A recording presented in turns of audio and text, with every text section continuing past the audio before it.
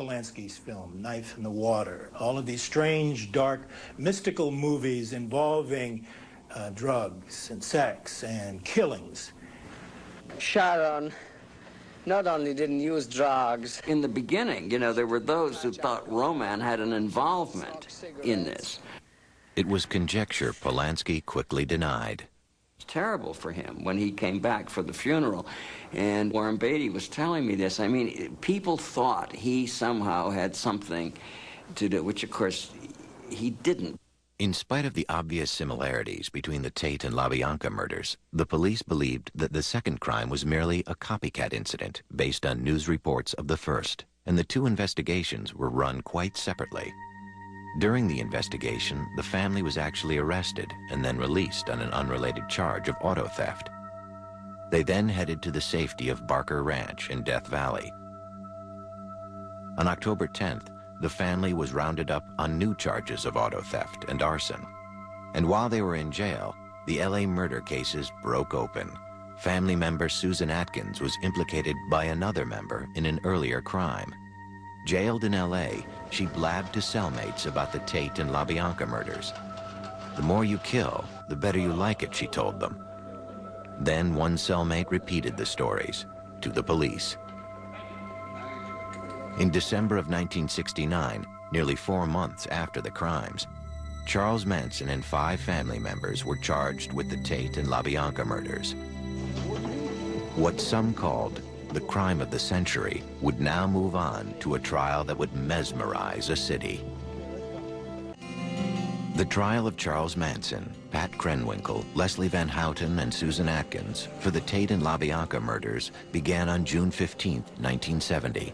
Manson demanded and was refused permission to serve as his own attorney. Still, from the beginning, it was clear that Manson was in complete control of the defense. You have to realize that I viewed Manson as being the main defendant.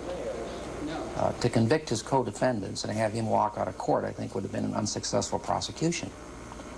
The problem was that Manson was not at the murder scene. He did not physically participate in these murders, so I had to bring him in by way of circumstantial evidence, and also by the law of conspiracy. At the heart of the prosecution effort was the bizarre story of Helter Skelter, the stranger-than-fiction doomsday scenario that Charles Manson had woven from his earlier certainty of a coming race war. Helter Skelter was a name he'd taken from a Beatles song. Manson envisioned that white people would turn against the black man if they thought the black man had committed these 7 murders, and ultimately there would be a civil war between blacks and whites out on the street. During the war, he told them, he said, we're going to hide out in the bottomless pit in the desert, a place he derived from Revelation 9, a chapter in the last book of the New Testament. Manson foresaw that the black man would win this war. But later on, he said the black man, because of inexperience, would simply not be able to handle the reins of power. So we would have to look around at those white people who had survived, who had escaped from Helter Skelter. And he said, we'll come out of the bottomless pit, and quoting Manson, we'll send Blackie on his way to picking cotton, and we'll take over the leadership of the world. The chief prosecution witness was Linda Kasabian, who had driven the car on the night of the Tate murders. She agreed to testify in return for immunity. Can you get out of the way? The mood around the trial and throughout L.A. was as bizarre as the accused themselves. It may be more than 6 months before the Tate case finally goes to trial here at the Hall of Justice, but Hollywood isn't waiting. 2 movies about the mass murders already are in the works. One producer said his film will concentrate on the hippie clan charged with murder and explain on the screen why they might have done it. Day after day, Manson would come into court and by turns intimidate and amuse. He was playing the people. He was playing to the courtroom. He was playing to the press. We had quite a few staring sessions. He was always staring at people. You know, he'd stare at the jury, and they would turn away. He'd turn around and stare at spectators.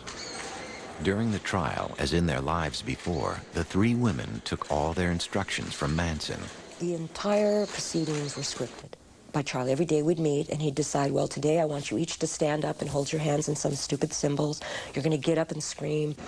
You know, each day was scripted, and that day we proceeded through the events. With Manson, he believed that everything we did was creating some picture that was going to go out in the universe and somehow change it towards his, bend it towards his will. The daily march of Van Houten, Atkins, and Krenwinkel, smiling and singing, was unnerving to anyone who saw it on the news. The song they were singing was one that Manson had written.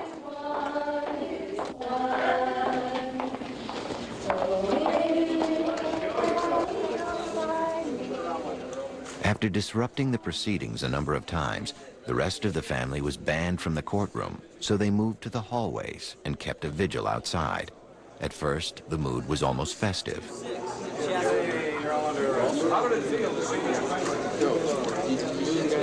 We saw them every day. You know, come on, Squeaky, you can't really be serious about that, you know. And we would banter back and forth, and so there was a joviality. But continuing to shock the courtroom, Manson carved an X into his forehead in late July to symbolize his removal from society. The following weekend, the three girls followed suit. National attention on the trial included unwelcome notice from the highest level. President Nixon spoke of Charles Manson in a speech on August 3rd. Here is a man who was guilty, directly or indirectly, of 8 murders without reason. Here is a man yet who, as far as the coverage was concerned, appeared to be rather a glamorous figure. And the next day, a smiling Charles Manson held the headline up to the jury as the defense demanded a mistrial. It was denied in spite of the defense team's best efforts. The President of the United States says somebody's guilty. What recourse do you have? You answer the question. Inside the courtroom, the most dramatic moment occurred on October 5th, 1970, when Manson lunged 10 feet towards the judge. He was restrained and the trial continued. It certainly was within earshot. On November 16th, the prosecution rested, and the defense rested without calling a single witness. Struggles with Manson and changes in the defense team were constant, but there was still alarm when defense lawyer Ronald Hughes did not show up in court. His body was later discovered in a wilderness area. One ex-family member has since claimed he was murdered for disagreeing with Manson over Leslie Van Houten's defense.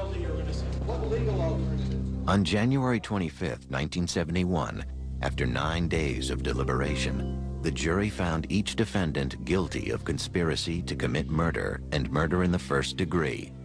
In a separate trial, Tex Watson was also found guilty and sentenced to death. In the penalty phase of the trial, the women did testify and tried to exonerate Manson. And now the instructions from Manson were changing. One of the things that Charlie always promoted about himself was, I don't lie. And all of a sudden, he was asking every one of us to lie on a daily basis about something. Oh, say this, say that. And we're going, but I didn't do that. And it was like, you lie, a God lies. On March 9th, the jury called for the death penalty for all 4 defendants, a finding the judge then upheld. In protest, the women shaved their heads. Before that clerk reads that verdict, you don't know what he's going to say, life or death. It's a very tense, suspenseful moment.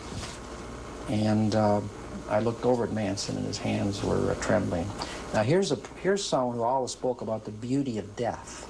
He was always telling everyone, death is a beautiful thing, and maybe when we kill these people, we're doing them a favor, and they don't even realize it. But I was with him for 9.5 months, and he fought very hard for his own life, see? So that was just pure hypocrisy on his part. The defendants faced the death penalty now. To at least one of them, it was a kind of relief. I was more than willing to go to the gas chamber. I didn't fear it. The death penalty for me at the time seemed, it almost justified my not having to deal with what I had done. It was the eye for an eye.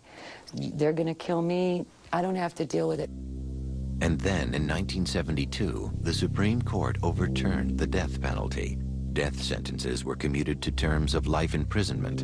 In the case of Charles Manson, there was a certain irony involved. In fact, he told me after the trial, because Bugliosi says, you know, you haven't achieved anything here. He said, all you've done is send me back to where I came from.